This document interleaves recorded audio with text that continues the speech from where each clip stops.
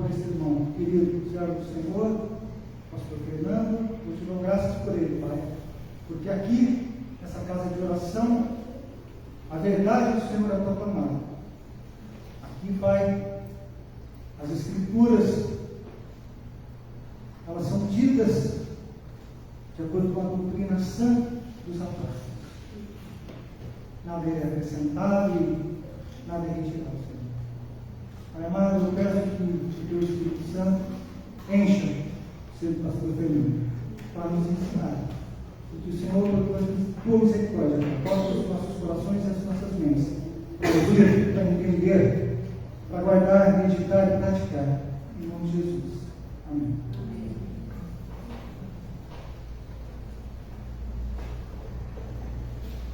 Obrigado, Pedro. A graça e a paz, irmãos. Quero convidá-los a abrirem suas Bíblias no Evangelho de Marcos, capítulo 7. Essa série que nós temos trabalhado aqui de forma expositiva, aprendendo com a vida e com o ministério de Jesus. A mensagem de hoje ela é praticamente a sequência da mensagem da semana passada. Semana passada nós trabalhamos com o tema a tradição e a prática da verdadeira espiritualidade.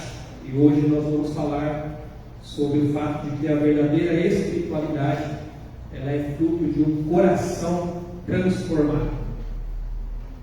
Marcos capítulo 7, a partir do verso 14, diz assim a palavra: convocando ele de novo a multidão, disse-lhes: ouvi todos e entendei.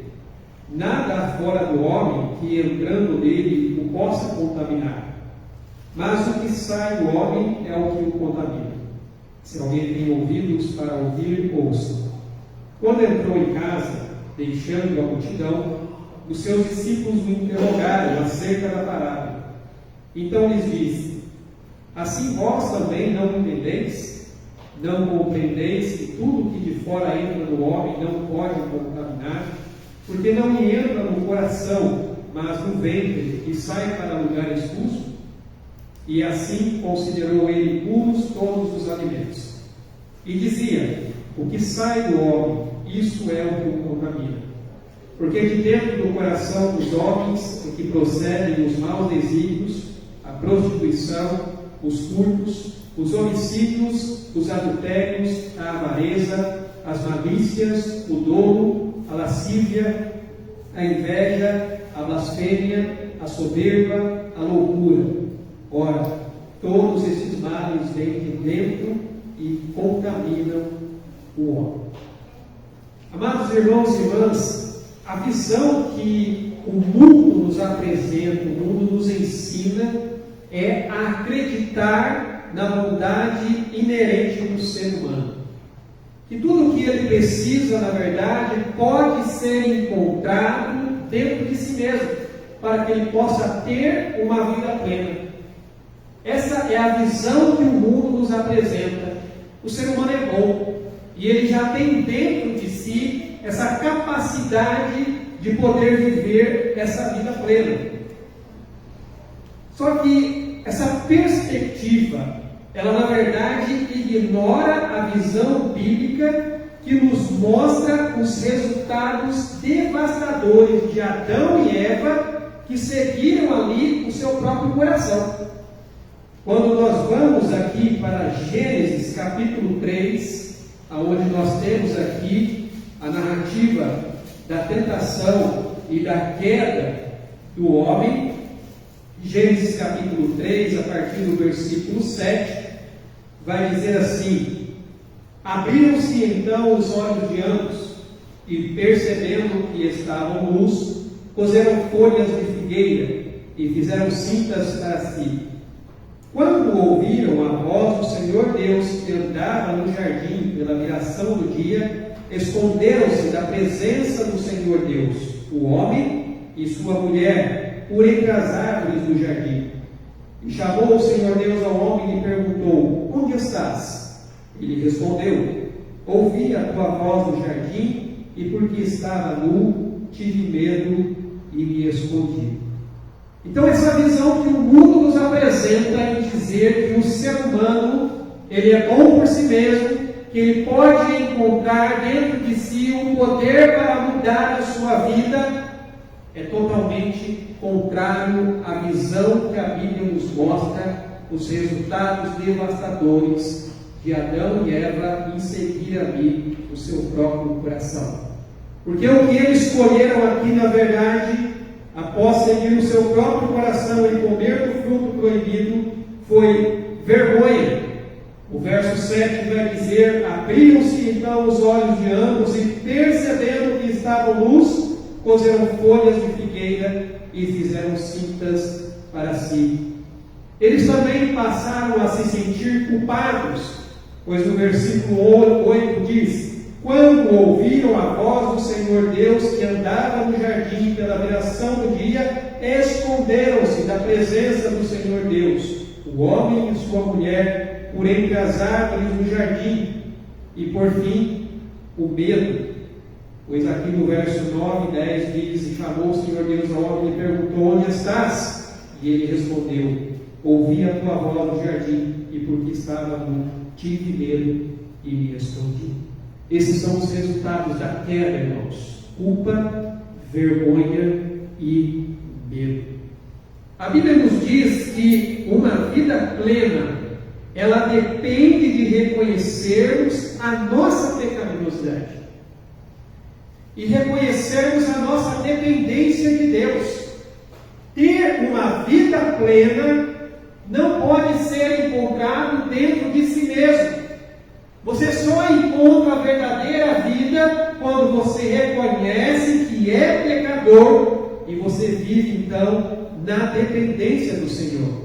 O texto ali de Provérbios, ele diz assim: confia no Senhor de todo o teu coração e não te estribes no teu próprio entendimento. Reconhece-o em todos os teus caminhos e ele endireitará as tuas veredas.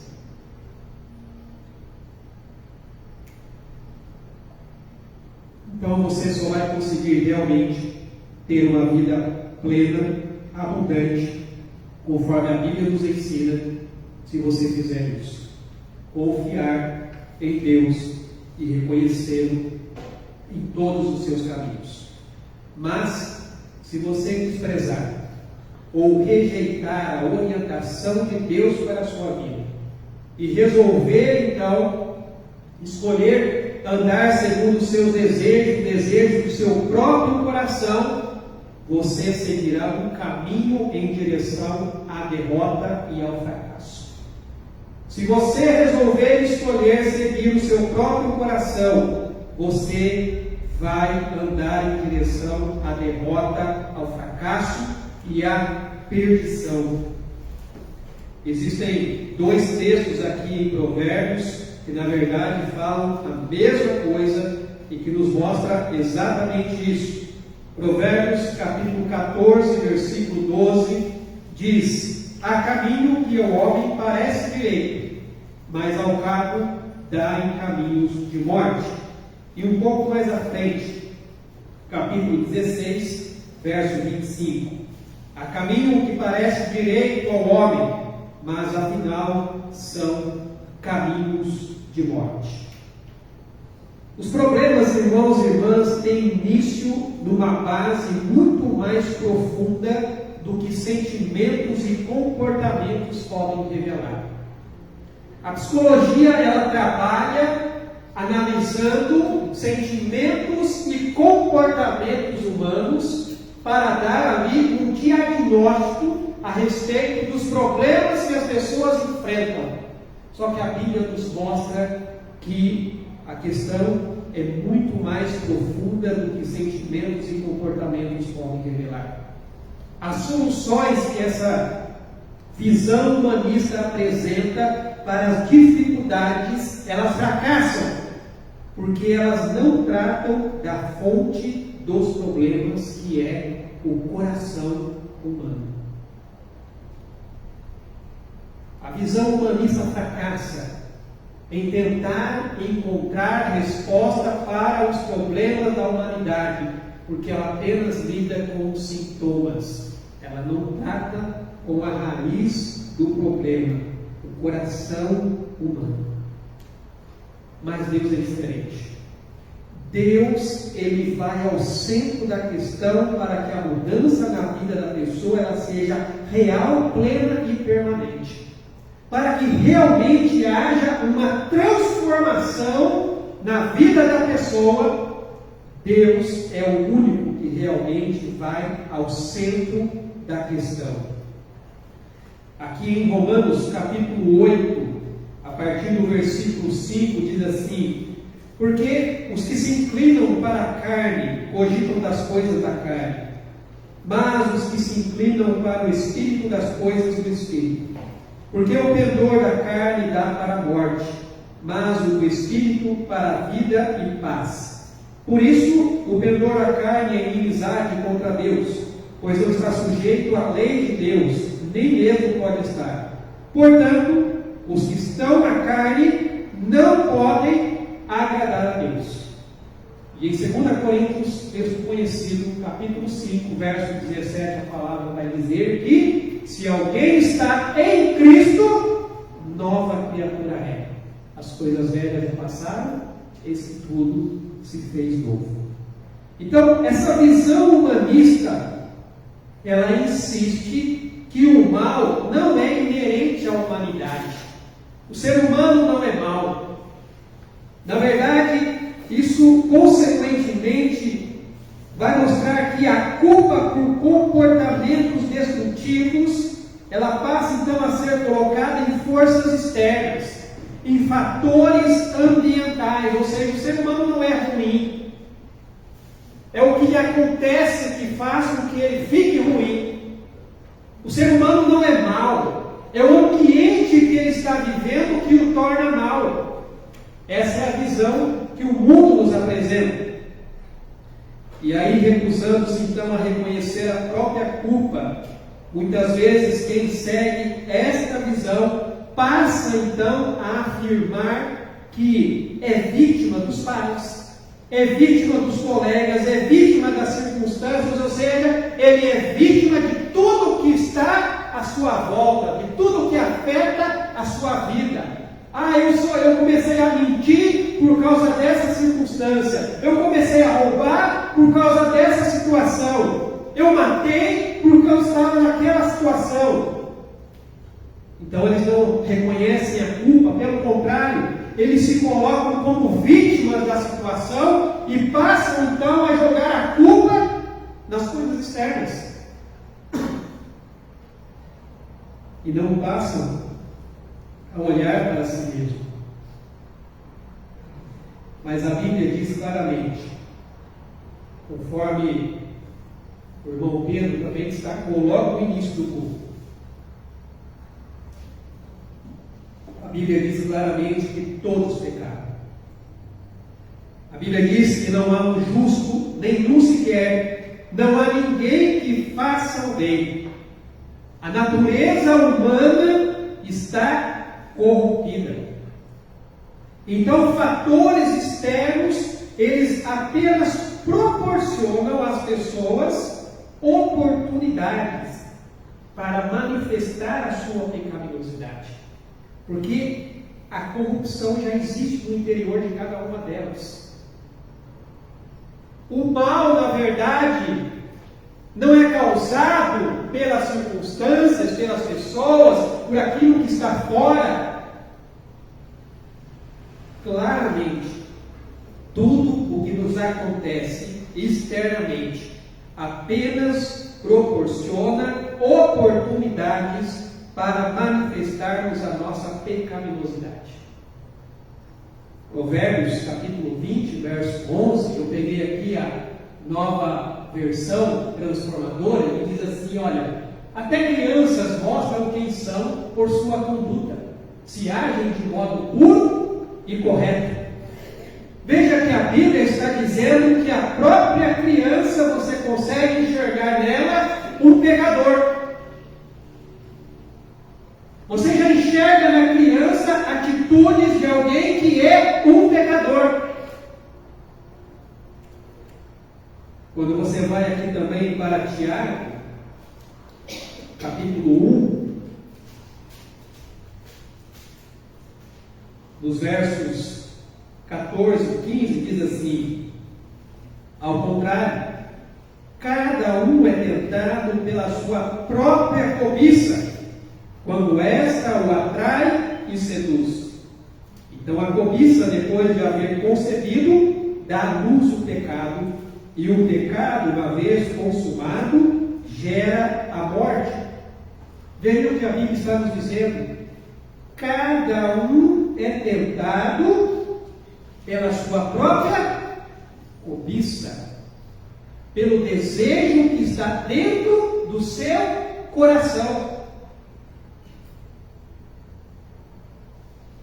No tempo de Jesus, irmãos, as pessoas também pensavam que a contaminação moral ela vinha de fontes externas. E por conta disso, então, eles desenvolveram ali um sistema elaborado de rituais e cerimônias exteriores que eles achavam que isso iria torná-los puros. Consequentemente, a sua religião, então, tornou-se um terreno fértil para a hipocrisia, para o externalismo e o legalismo superficial.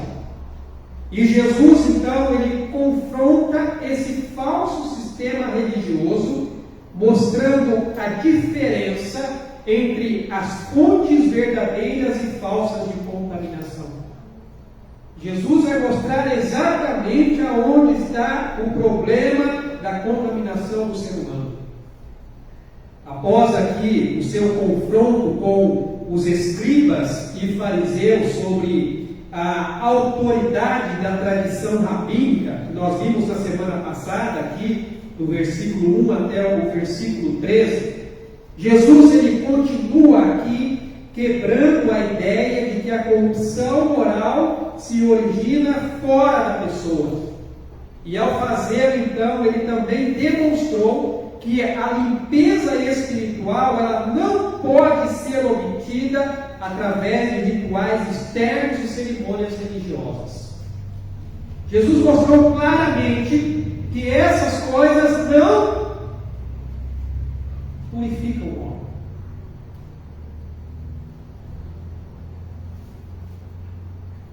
Jesus aproveitou ali a oportunidade para explicar à multidão que a verdadeira natureza da contaminação não era ritual, como os judeus aqui pensavam, os fariseus, aliás, os escribas aqui pensavam, como nós vimos aqui no versículo 2 em diante, quando diz assim: olha, e vendo que alguns dos discípulos dele comiam pão com as mãos impuras, isto é, por lavar, pois os fariseus e todos os judeus, observando a tradição dos anciãos, não comem sem lavar cuidadosamente as mãos.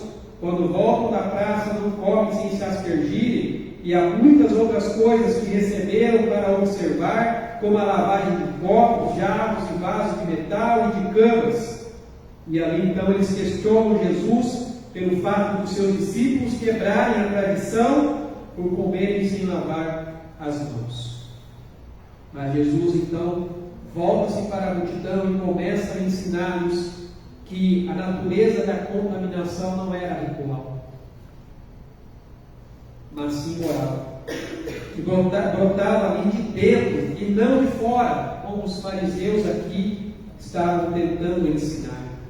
Por isso que aqui no versículo 15 ele vai dizer: nada há fora do homem que entrando nele o possa contaminar, mas o que sai do homem é o que o contamina. Jesus ele ensina que o pecado ele é como uma doença que cresce dentro de nós.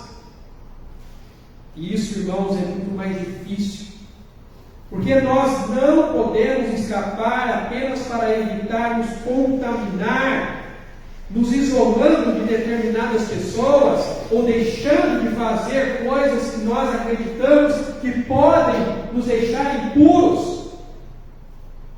Nós já vimos em textos anteriores, quando Jesus estava ali, por exemplo, alimentando-se com cobradores de impostos, que eram vistos aos olhos dos religiosos como pessoas impuras, pecadoras. Eles não queriam se misturar com esse tipo de gente para não se contaminar.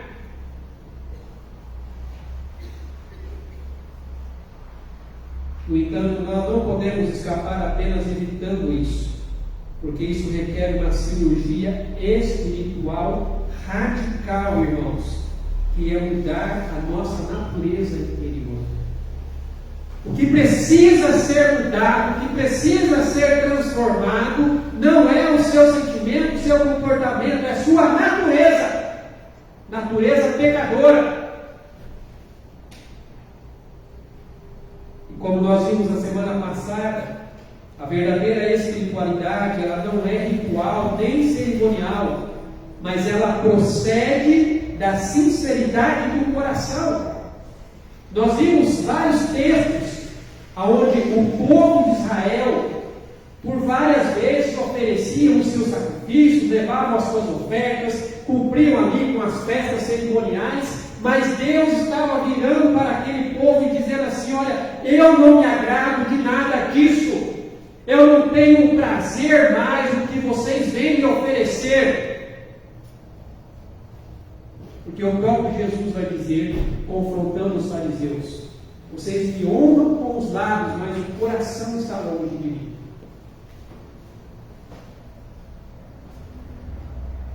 Muitas vezes nós dizemos que amamos a Deus, mas a nossa prática nos mostra que no fundo, nós não amamos a Deus de verdade.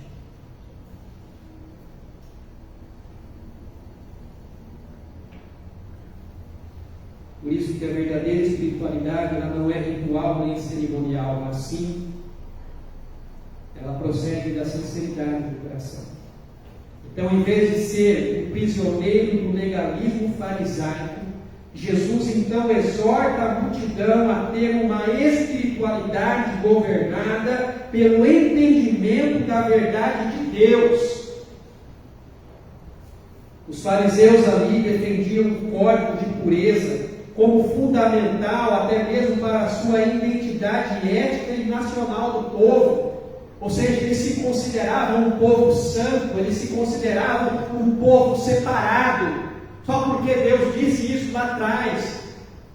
Mas o verdadeiro povo santo, o verdadeiro povo separado, é aquele que tem o seu coração no altar do Senhor.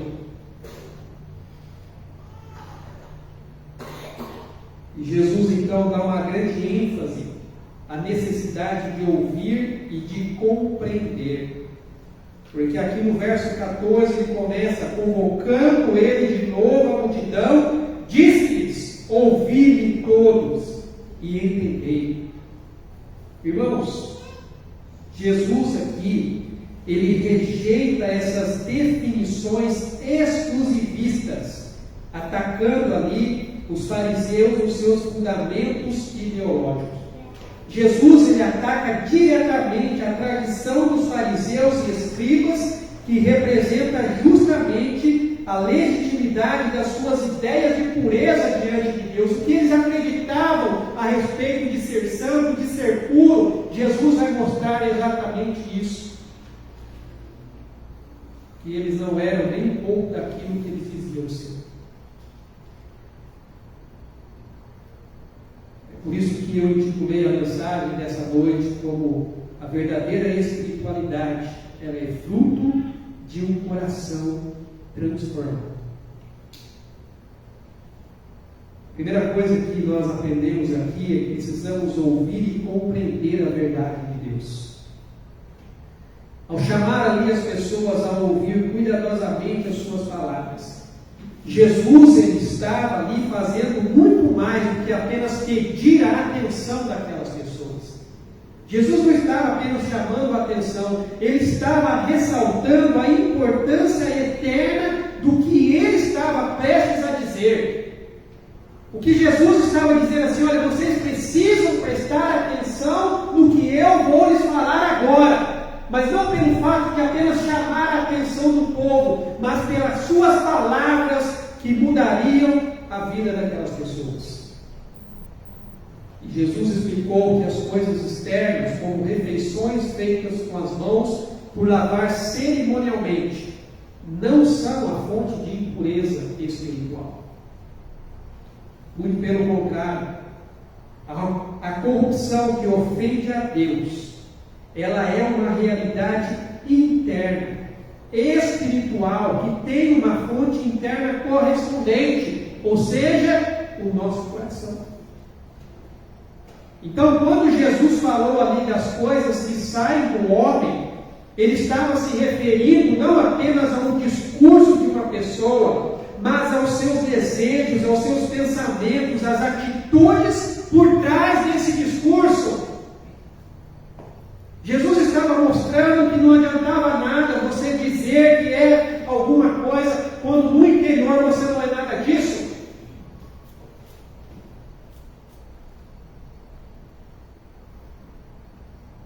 Porque o coração é mau, maus desejos, palavras e ações, inevitavelmente jogam-nos. Pensamentos ruins, palavras ruins, atitudes ruins, não vêm por causa das coisas externas, podem sim ter a sua influência, mas o que eles fazem, como eu já disse, é apenas trazer para fora o que já está dentro de você.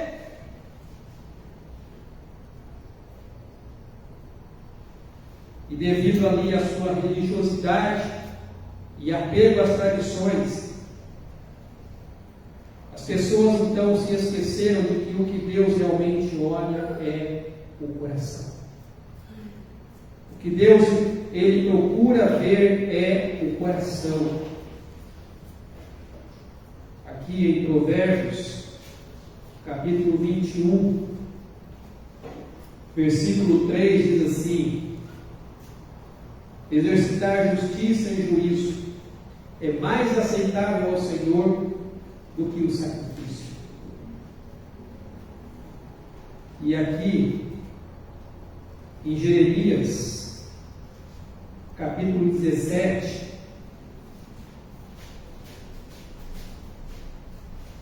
Jeremias 17, texto conhecido, pelo menos o verso 9, vai dizer assim: enganoso é o coração, mais do que todas as coisas, e desesperadamente corrupto. Quem o conhecerá? E aí vem a resposta: eu, o Senhor, esquadrinho o coração, eu provo os pensamentos, e isso para dar a cada um segundo o seu proceder, segundo o fruto das suas ações. Nós não conhecemos o nosso próprio coração, irmãos.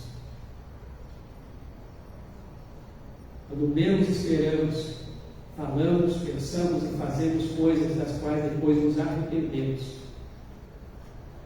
porque não conhecemos o nosso próprio coração. O único que conhece é Deus.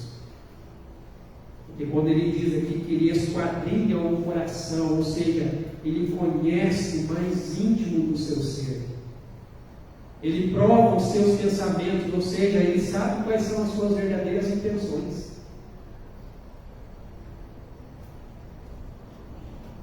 Então nós vemos que devido às suas próprias tradições destas bíblicas, esses escribas e fariseus, eles haviam se tornado preocupados com uma forma superficial de pureza, que era ali hipócrita, porque não atingia o coração.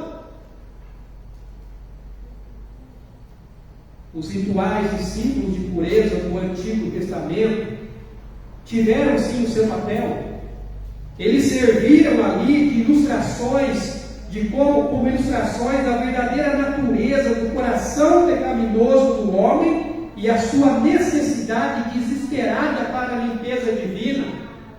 Então, quando Deus instituiu ali os rituais, os sacrifícios, é para que o povo, ao exercer aquilo, eles pudessem olhar para si mesmos e ver que eles não eram dignos de estar diante do Senhor.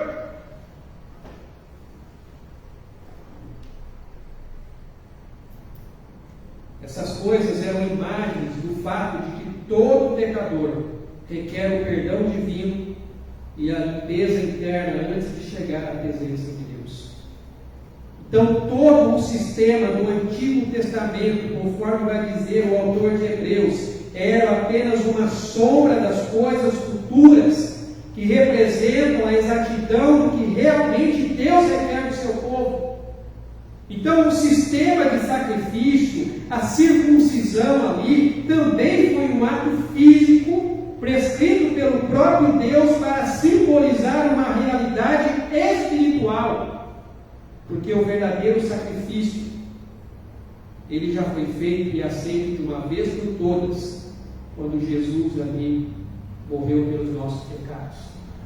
Assim como a verdadeira circuncisão, e a Bíblia vai enfatizar isso, a verdadeira circuncisão, irmãos, é aquela que vem do coração. Quando você vai aqui para Romanos, capítulo 2,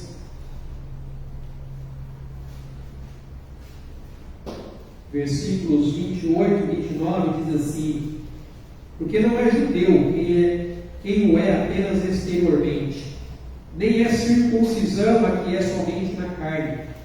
Porém, judeu é aquele que o é interiormente, e circuncisão a que é no coração, no espírito, não segundo a letra, e cujo louvor não procede dos homens, mas de Deus. Quando você vai ali em Gálatas, capítulo 6,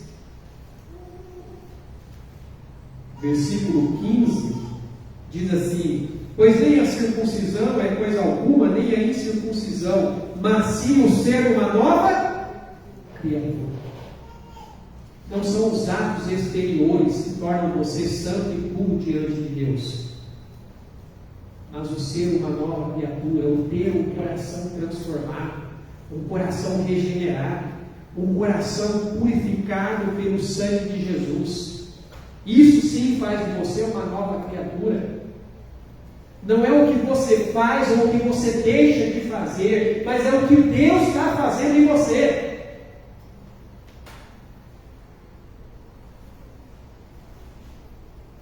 Os fariseus e os escribas, eles estavam ali tentando remover a corrupção espiritual através de meios físicos, de meios externos, cerimoniais. Mas sabe qual é o resultado disso? Uma fachada caiada, velada de um coração cheio de trevas. Sabe aquela ideia de quando você olha uma coisa que parece bonita por fora, mas quando você entra lá dentro, você só vê sujeira, só vê tranqueira, só vê porcaria? É mais ou menos isso. E Jesus aqui em Mateus capítulo 23, ele traz várias advertências aqui para esses religiosos e para todos aqueles que se comportam e fazem como eles. Olha só o que Jesus vai dizer a respeito dos fariseus em Mateus capítulo 23, a partir do verso 25.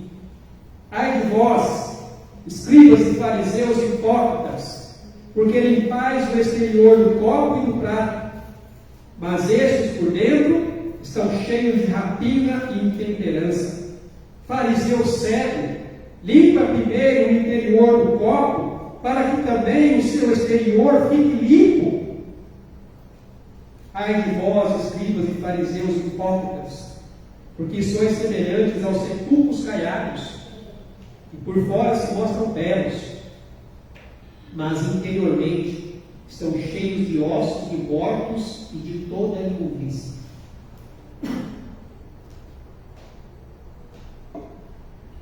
Veja só, irmãos, com o que Jesus compara esses homens e todos aqueles que se comportam como eles.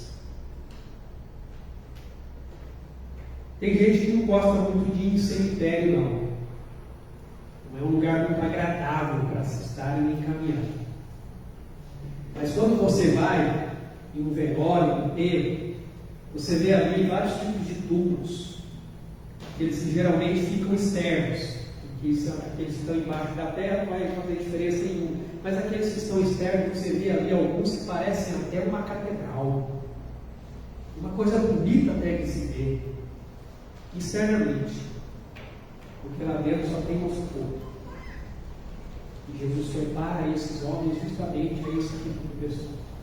É bonito por fora, mas por dentro é por imundícia, sujeira, nada presta. Por isso que nós precisamos ouvir e compreender a verdade de Deus. Se nós queremos ter um coração transformado, como nós acabamos de cantar aqui, dar um coração igual ao teu, nós precisamos ouvir e compreender a verdade de Deus. E não ficar se apegando a esses conceitos e ideias humanistas que nos são apresentadas, dizendo assim: olha, você é bom, você tem algo dentro de você que vale a pena, você consegue mudar, o poder está em você. Mentira! Não temos nenhuma capacidade de mudar a nós mesmos, a não ser que o Senhor transforme a nossa vida. Você pode até mudar comportamento, mas para mudar a sua natureza, isso é somente Deus que faz. Deus é que opera essa cirurgia espiritual na nossa vida. Porque senão, nós seremos como esses homens aqui, religiosos, conhecedores da lei, mas que não praticavam, que não viviam, que no fundo, era tudo aparência.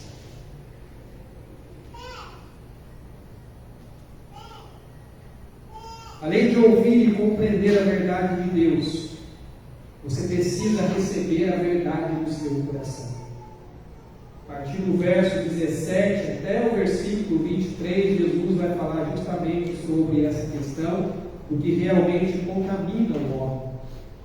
Porque até então ele apenas falou aqui diretamente para os fariseus: nada há fora do homem que entrando nele possa contaminar, mas o que sai do homem é que o contamina.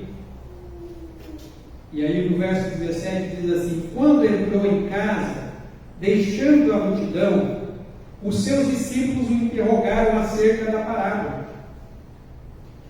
E aí Jesus diz assim: mas vocês não entenderam ainda? Vocês ainda não compreenderam o que eu estou tentando lhes dizer? Irmãos, os pecados que cometemos, eles têm início no coração. Conforme Tiago nos disse lá, é a sua própria cobiça, é o seu próprio desejo que conduz você ao pecado.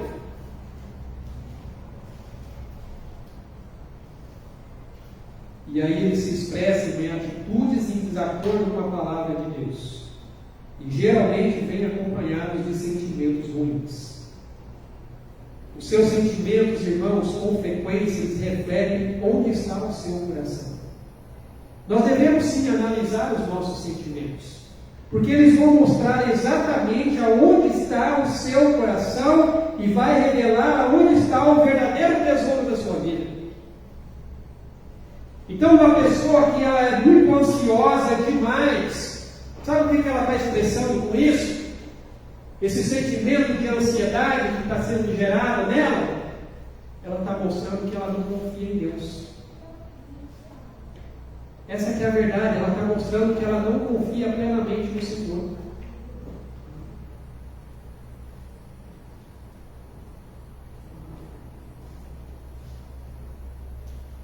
Nós não somos capazes de compreender plenamente o nosso coração.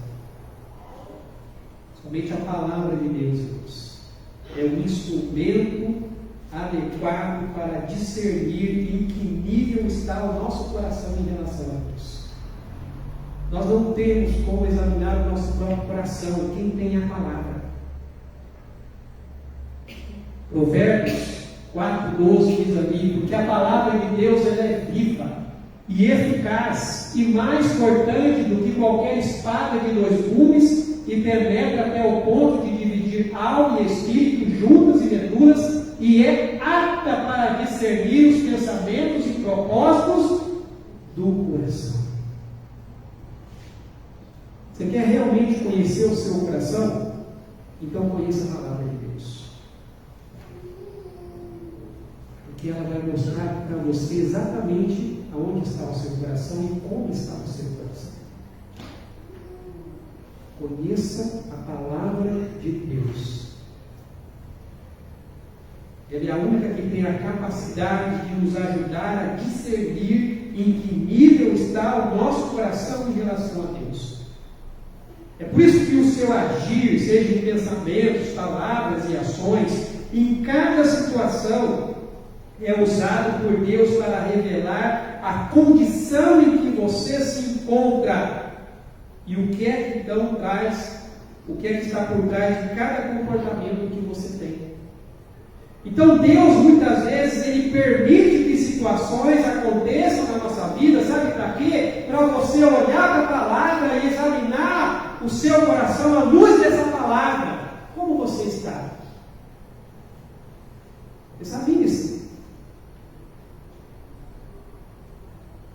Embora os fariseus e escribas ali se considerassem autoridades espirituais que representavam Deus, na realidade, o que eles eram guias cegos que conduziam as pessoas na estrada para o inferno.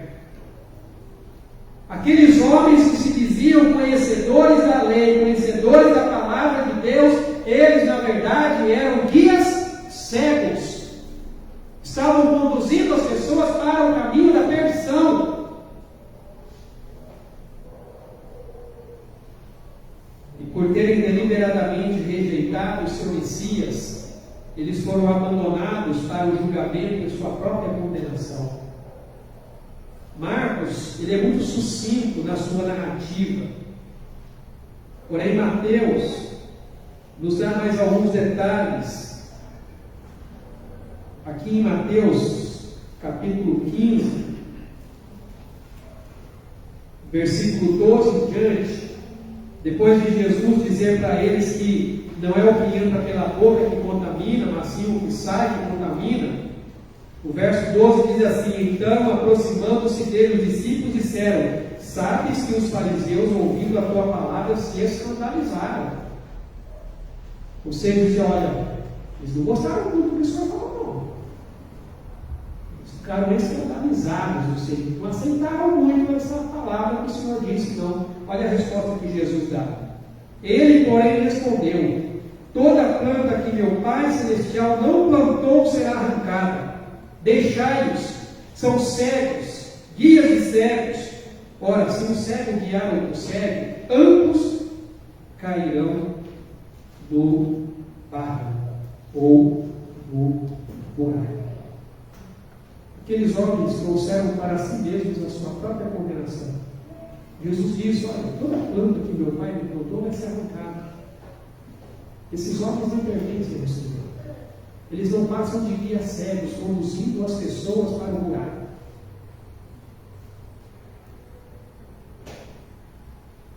Jesus estava ali caminhando, como nós temos visto aqui, para o fim do seu ministério. Ele já havia passado ali praticamente 2 anos com os seus discípulos. Esse era o último ano que ele estaria com os seus discípulos. Por isso que Jesus ele vai trazer os discípulos para mais perto e levando-os a uma prática mais profunda. Porque logo Jesus já não estaria mais com eles. É por isso que aqui nós vemos que até mesmo os seus discípulos ainda não conseguiam compreender o que ele estava lhes ensinando. Irmãos, os discípulos já estavam caminhando com Jesus há praticamente 2 anos, acompanhando Jesus no seu ministério, vendo Jesus operar os seus milagres, libertar as pessoas, ouvindo os seus ensinos. E ainda assim eles não compreendiam, e ainda assim eles não entendiam.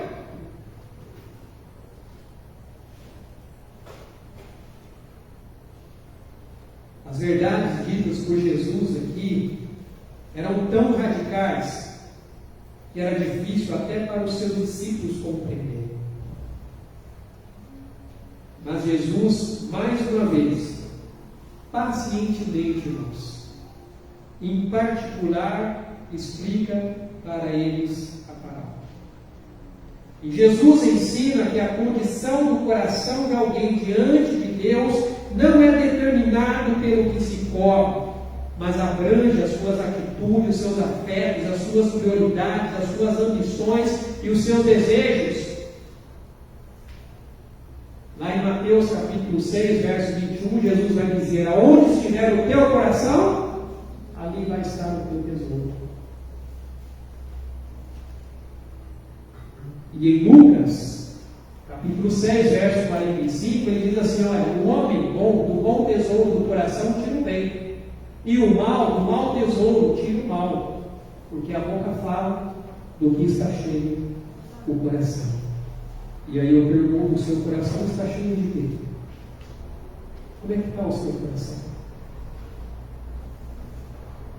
Irmãos, a questão aqui não são as escolhas culinárias de uma pessoa, o que pode ou não pode comer, mas a condição espiritual do seu interior.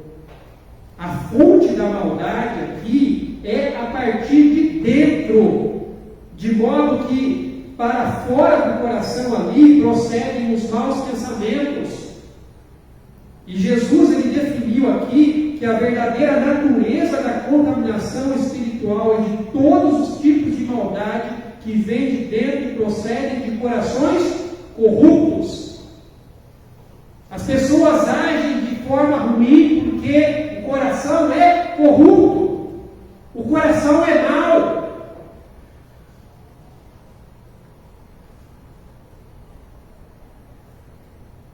Não é por não lavar as mãos que o coração fica contaminado, mas sim por você não se deixar ser lavado pela palavra de Deus.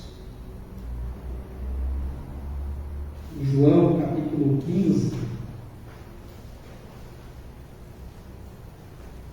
versículo 3, Jesus diz assim: vós já estáis limpos pela palavra que eu vos tenho falado.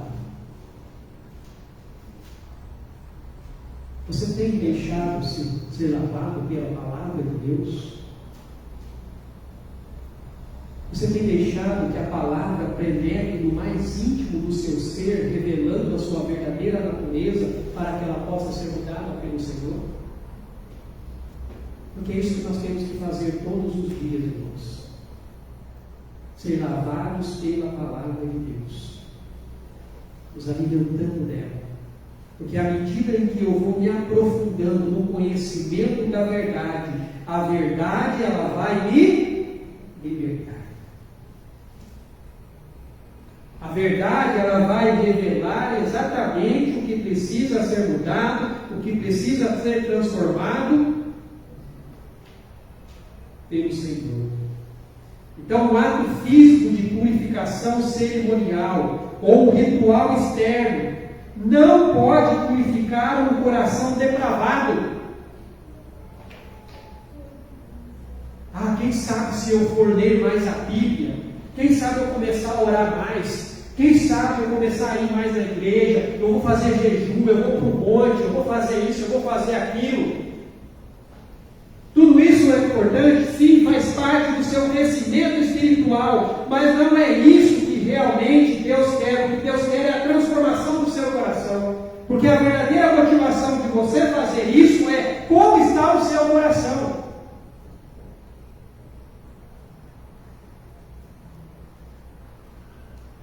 Porque as pessoas pensam assim: não, mas se eu fizer isso, aí Deus vai me aceitar. Deus não nos aceitou pelo que nós fazemos ou deixamos de fazer, mas sim pelo que Cristo fez na cruz. Pedro falou muito bem aqui no início sobre substituição. Sabe por que nós somos aceitos por Deus? Não é pelo que fazemos ou deixamos de fazer, mas pelo que Cristo fez por nós lá na cruz. Por isso nós somos aceitos por Deus. E aí todos os atos depois disso vai refletir essa gratidão que nós temos diante do Senhor por Ele ter nos aceitado.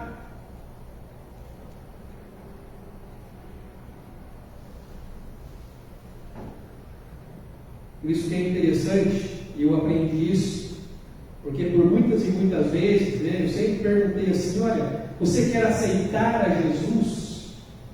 Claro que a ideia é que a pessoa receba a palavra, receba a mensagem, mas na verdade a pessoa não aceita Jesus. É Ele que nos aceita. A pessoa só reconhece. Ela reconhece que ela é pecadora, ela reconhece que ela precisa de Jesus, e aí Jesus aceita.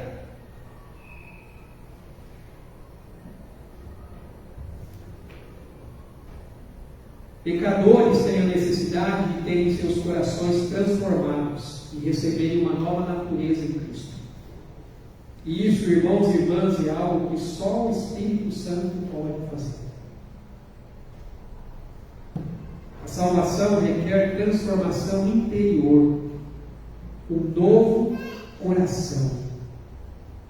E o Novo Testamento identifica essa realidade do milagre da regeneração como um novo nascimento, que é algo que o Espírito Santo opera dentro do coração das pessoas.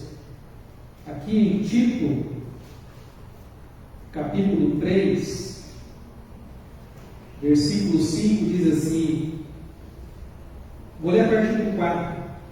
Quando, porém, se manifestou a benignidade de Deus, nosso Salvador, e o seu amor para com todos, não por obras de justiça praticadas por nós, mas segundo sua misericórdia, Ele nos salvou mediante o lavar regenerador e renovador do Espírito Santo, que Ele derramou sobre nós ricamente por meio de Jesus Cristo, nosso Salvador, a fim de que, justificados por graça, nos tornemos seus herdeiros segundo a esperança da vida eterna. Veja o que o texto está dizendo. Não por obras de justiça praticadas por nós, mas pela sua misericórdia. Nós fomos lavados e regenerados pelo poder do Espírito Santo. Salvação não se baseia em obras morais. Salvação não se baseia em cerimônias religiosas, em rituais externos. Pelo contrário, salvação exige um milagre interno operado pelo Espírito Santo, que, segundo a vontade e o poder soberano, cria e purifica as almas de todos os que aceitam a Cristo pela fé, ou recebem a Cristo pela fé.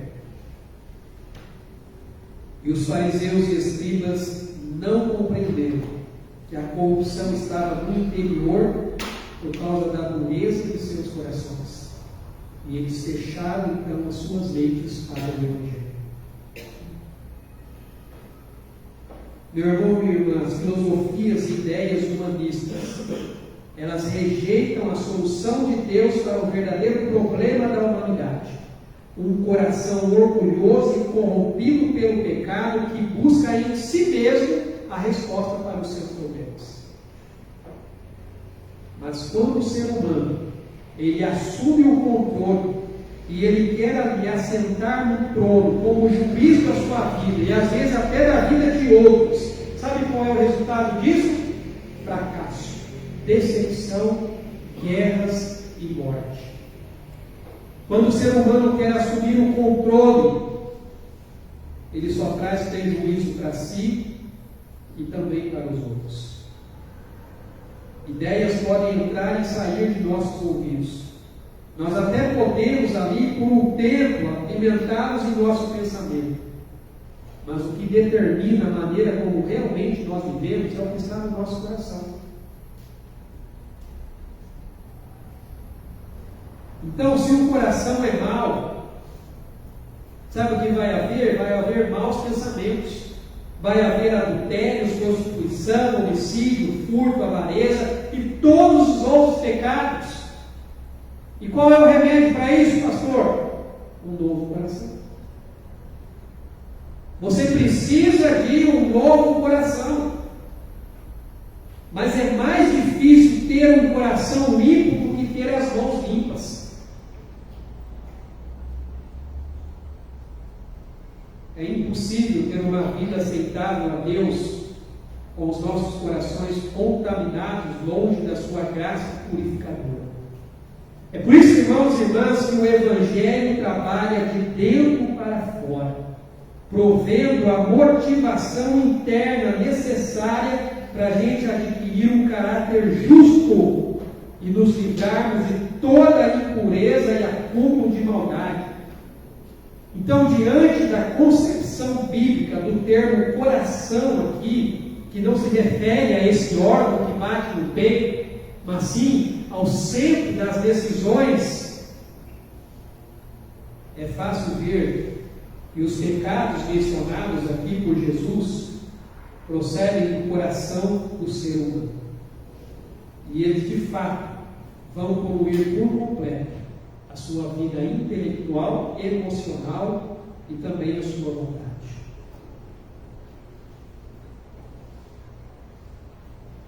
Portanto, o que realmente nós devemos buscar e orar é por um coração transformado e renovado. É isso que vai fazer diferença na minha vida e na sua vida. Um coração transformado e renovado pelo Senhor. Contaminação verdadeira não é física. Ela é moral, mas principalmente espiritual. Comer ou abster-se de certos alimentos não vai mudar a sua vida e nem deixar de lavar as mãos. Porque é o coração que deve ser purificado. E para que esse coração seja purificado, você precisa estar alicerçado, edificado e firmado em Cristo e na sua palavra. Porque só assim você vai ter um coração transformado. Para que você não viva mais na sua religiosidade, você precisa entender que realmente você precisa ter um novo coração.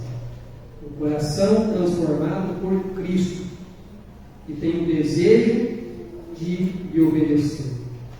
Um coração que ama a Cristo e a todas as coisas que Ele deixou para nós. Um coração que sabe amar o próximo. Um coração cheio da palavra de Deus e não de ideias religiosas sem base bíblica.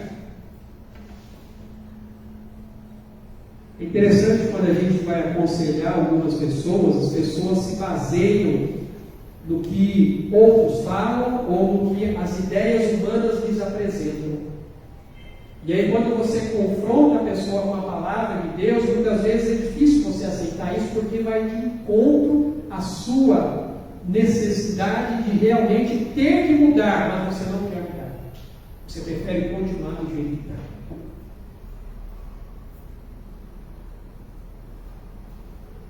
Porque é mais fácil. Mais fácil continuar do jeito que está.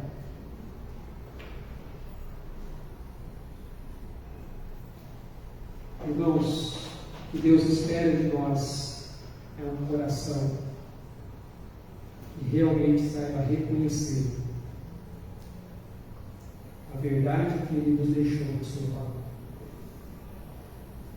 E esse novo coração, você só consegue Ele arrependendo-se dos seus pecados e confiando a sua vida a Cristo, tendo-o como o seu Senhor e o seu Salvador. É só assim, irmãos, que você vai ter o seu coração mudado e transformado. Quando nós iniciamos essa série de mensagens do Evangelho de Marcos, uma das coisas que eu destaquei ali é que a mensagem não mudou. É a mesma mensagem do Antigo Testamento, é a mesma mensagem do Novo Testamento, é a mesma mensagem para os dias de hoje. E qual é a mensagem? Arrependei-vos e crede no Evangelho. Essa é a mensagem, irmãos. Você quer ter uma vida transformada, quer ter o seu coração mudado? Arrependa-se dos seus pecados e creia no Evangelho, nas boas novas que Deus nos deu através de Jesus, porque só assim é que a sua vida vai ser mudada.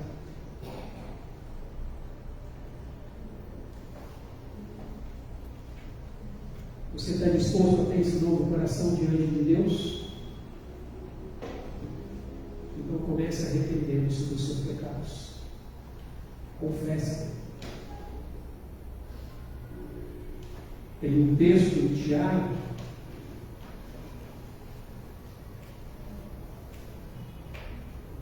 que diz assim: chegai-vos a Deus, e Ele se chegará aos outros. Purificai as mãos, pecadores, e vós, que sois de ânimo dobre, limpai o coração. Afligidos, lamentai e chorai. Converta-se o vosso riso em pranto, e a vossa alegria em tristeza. Humilhai-vos na presença do Senhor, e Ele vos exaltará.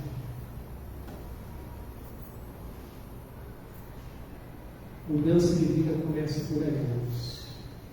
Arrependimento, confissão de pecados e reconhecer quem é o Senhor da sua vida. Vamos orar? Ó Deus e Pai, eu te louvo, ó Deus, mais uma vez, pela oportunidade e o privilégio que o Senhor nos concede aqui nesta noite.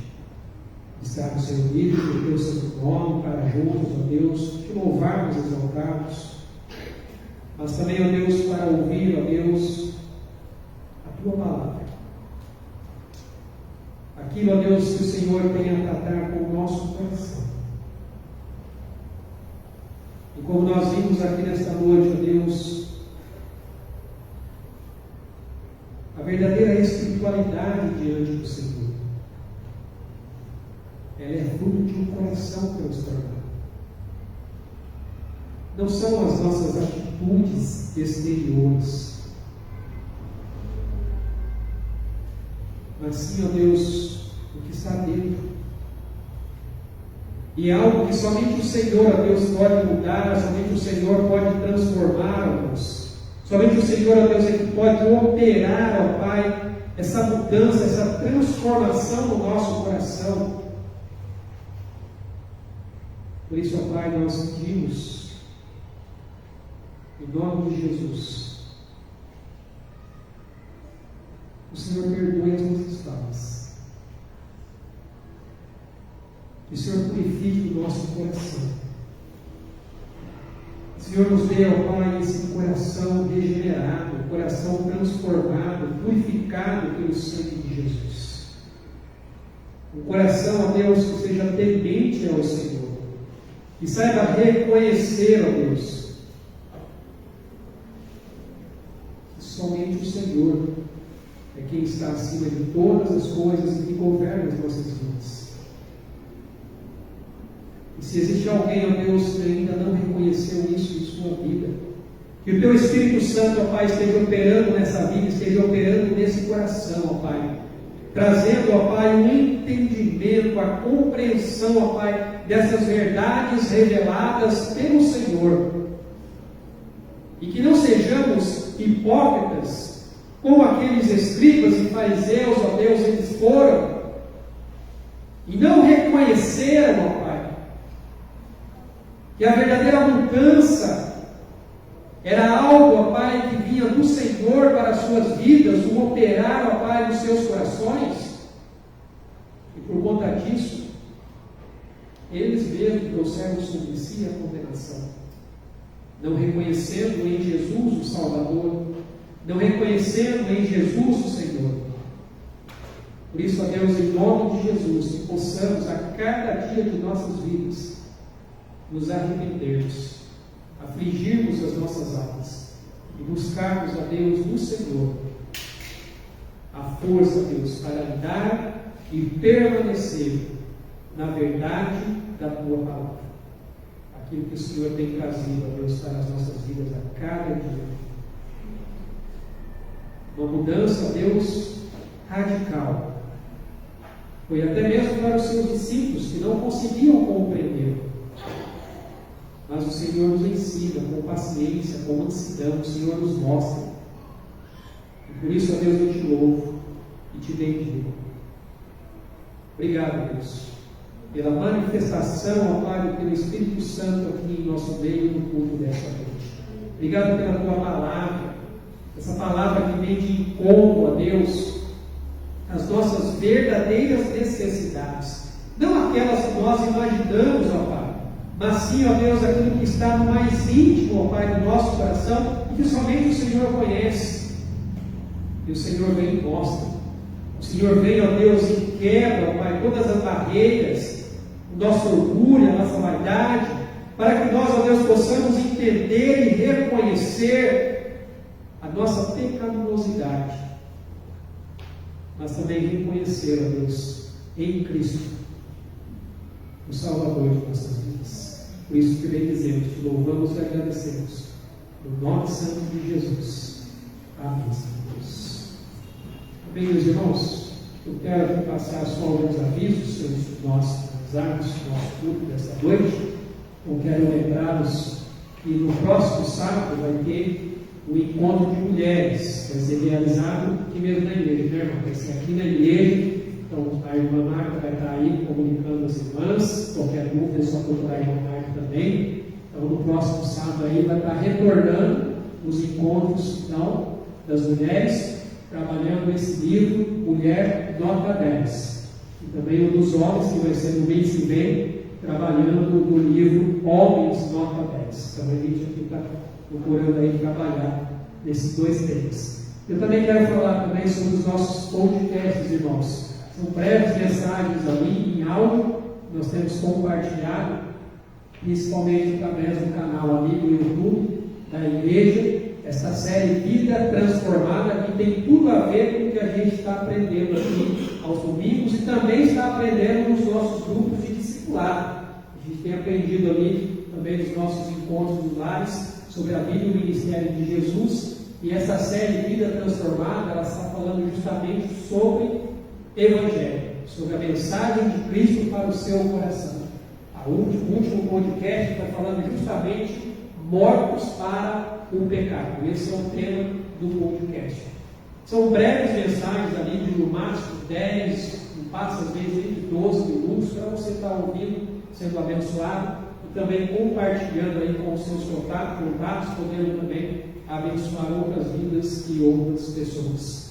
Vamos nos colocar de pé, vamos orar, agradecer ao Senhor por esse tempo que nós passamos por aqui. Quero agradecer a todos que estão nos visitando nesta noite. São muito bem-vindos aqui, muito obrigado pela presença de cada um de vocês, que vocês possam voltar mais vezes aqui e ficar conosco aqui no nosso meio, nesse tempo de louvor e adoração, e principalmente, é claro, de uma palavra que Deus traz para o nosso coração.